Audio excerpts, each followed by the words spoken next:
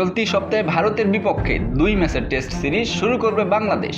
আসন্ন সিরিজটি বাংলাদেশের জন্য সহজ হবে না বলে মনে করেন ভারতের সাবেক অধিনায়ক সৌরভ গাঙ্গুলী। তার মতে পাকিস্তানের বিপক্ষে সিরিজ জিতলেও ভারতের সামনে কঠিন চ্যালেঞ্জের মুখে পড়তে হবে বাংলাদেশকে, কারণ পাকিস্তান এবং ভারত দলের মধ্যে পার্থক্য আছে। সদ্য পাকিস্তানের মাটিতে 2 ম্যাচের টেস্ট সিরিজ 2-0 ব্যবধানে জিতেছে বাংলাদেশ। পাকিস্তানের বিপক্ষে প্রথমবারের মতো ঐতিহাসিক সিরিজ জয়ের নজির গড়েছে টাইগাররা।